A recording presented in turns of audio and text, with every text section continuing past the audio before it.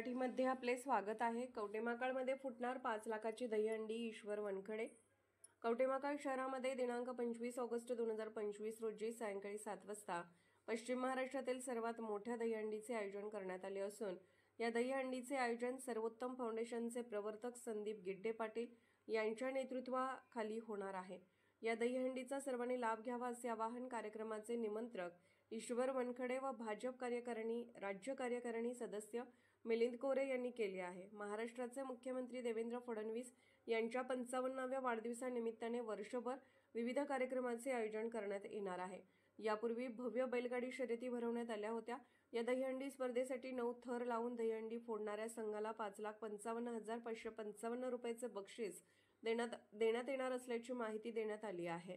यावेळी या कार्यक्रमाचे निमंत्रक ईश्वर वनखडे, मिलिंद कोरे, नगराध्यक्ष रणजित घाडगे, भाजप तालुका अध्यक्ष उदयराजे भोसले, राहुल गावडे, विक्रम कोळेकर, गजानन कांबळे, रवी गाडवे, धनंजय शिंदे, कुमार जाधव, अनिल लोंढे, आजम मकानदार, युवराज कोठावडे, सचिन गायकवाड व भाजपचे पदाधिकारी कार्यकर्ते उपस्थित होते।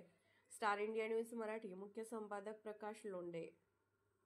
होणाऱ्या पावन करतोय त्यामधील एक भाग हा दहीहंडीचा आहे।